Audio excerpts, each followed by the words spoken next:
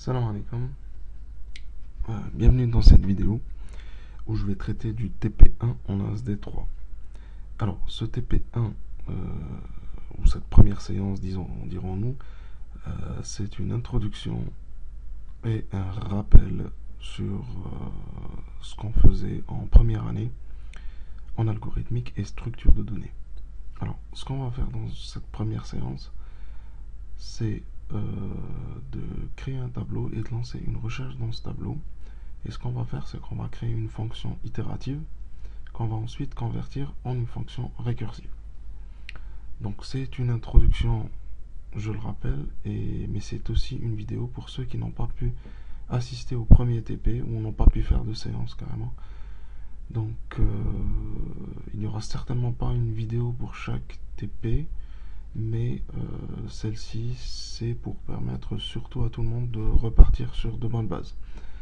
Alors dans ce premier TP, ce que nous avons proposé de faire, c'est de faire ça, donc de créer un tableau, de le remplir et ensuite de lancer une recherche toute simple, itérative, et ensuite faire une recherche récursive.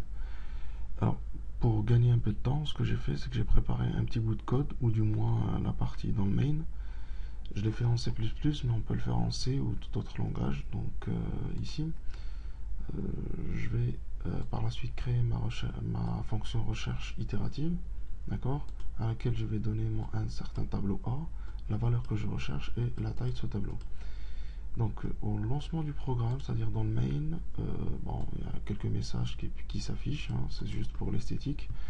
Ensuite, on déclare un tableau, on demande la taille du tableau, on déclare un tableau de cette taille. Et ce que je fais par la suite, c'est simplement demander à l'utilisateur de remplir le tableau. Une fois que le tableau est rempli, alors tout de suite après, il affiche le tableau qui vient de remplir. Hein, c'est juste, toujours, encore une fois, c'est pour de l'esthétique et pour voir un peu les valeurs qu'il a remplies. Et après, on lance la recherche. Alors, on lance la recherche suivant une des fonctions qu'on a choisies. Donc, on demande à l'utilisateur quelle valeur cherchez-vous, tout simplement.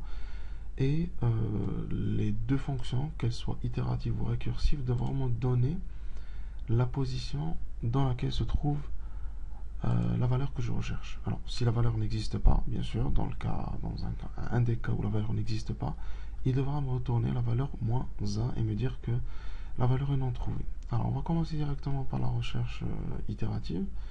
Donc, je propose une solution, donc partir sur une fonction à laquelle on donne un tableau, la valeur à rechercher et la taille de ce tableau. Et ce qu'on va faire, c'est qu'on va tout de suite déclarer une variable i initialisée à 0, donc au début du tableau. Et ce qu'on va faire, c'est qu'on va parcourir ce tableau, c'est-à-dire tant que a de i est différente de la valeur que je recherche et que i est inférieur à la taille du tableau, je vais avancer. Donc je vais avancer dans le tableau tant que je n'ai pas trouvé la valeur que je cherche ou bien que je sois arrivé à la fin du tableau.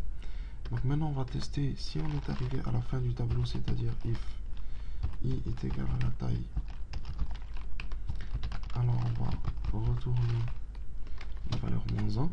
Donc ça voudrait dire qu'il n'a pas trouvé la valeur que je cherche. Sinon, on va retourner tout simplement i. D'accord? Alors, on va laisser cet algorithme, enfin cette fonction. Donc, ici même, je dis que je lance, voilà, la recherche itérative.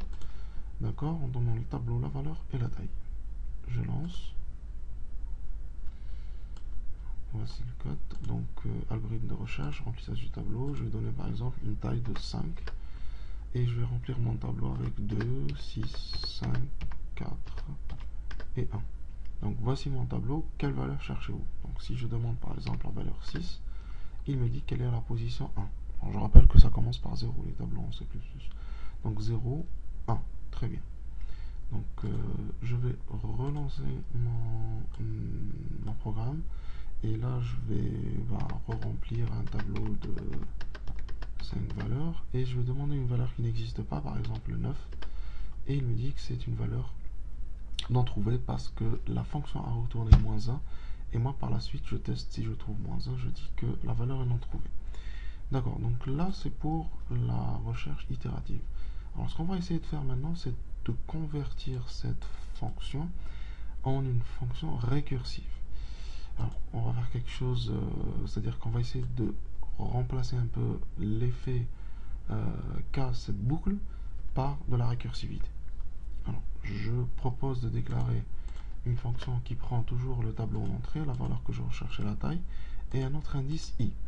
Alors cet indice i, je vais l'utiliser comme étant la première valeur du tableau, ou le premier indice du tableau.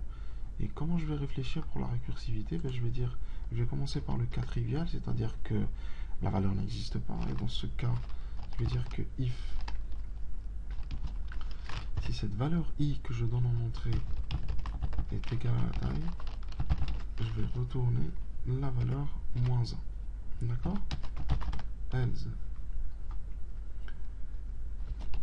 Donc là, si la valeur existe, si cette valeur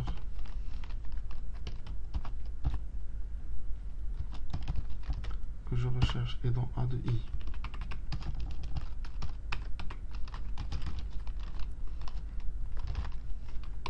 je vais retourner comme dans la fonction itérative i.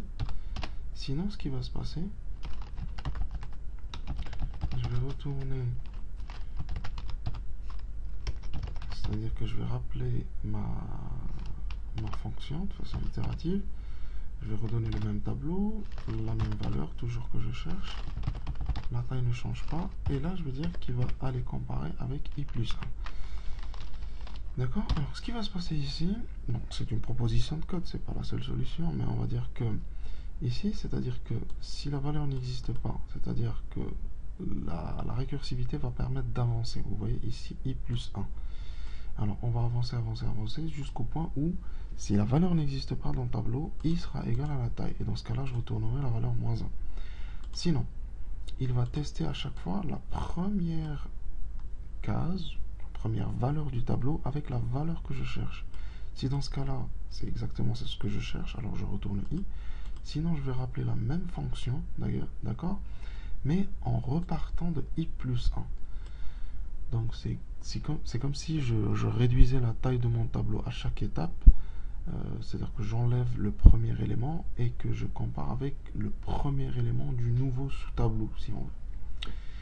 Et dans ce cas-là, ce qui va se passer, c'est un rappel récursif de la fonction jusqu'à ce que i soit égal à la taille, c'est-à-dire jusqu'à épuisement du tableau. On va aller essayer ce type de recherche. Donc je remplace juste ici la recherche et je dis que je commence par 0, c'est-à-dire je commence de la première case du tableau. Je lance mon programme. Donc techniquement je devrais avoir exactement la même chose, donc je veux dire que mon tableau contient 6 valeurs, 2, 1, 6, 5, 4 et 6. Donc voici mon tableau, quelle valeur cherchez-vous? Je cherche la valeur 4. Et il me dit qu'elle est à la position 4. Donc je vérifie 0, 1, 2, 3 et 4. Très bien. Donc je vais essayer le cas trivial. Donc il contient 4 éléments, 5, 2, 4 et 1. Et je demande la valeur par exemple 6. Et il me dit que la valeur est non trouvée. Donc voilà, bon, c'est une petite introduction juste en guise de rappel, hein, voilà, sur la récursivité. Donc une petite recherche simple, itérative, une petite recherche récursive. Donc on a aussi discuté de la complexité, hein, de n principalement. Dans les deux cas, on avance au pas, c'est-à-dire tant qu'on n'a pas trouvé la valeur qu'on cherche, on avance. Donc au pire cas, on va parcourir, que ce soit dans la recherche itérative ou récursive, la totalité du tableau. Donc on va simplement dire qu'on est en complexité de O de n. Donc voilà. Je vous invite à voir et revoir cette vidéo si nécessaire, hein. Et puis nous entamerons tout de suite après la recherche dichotomique.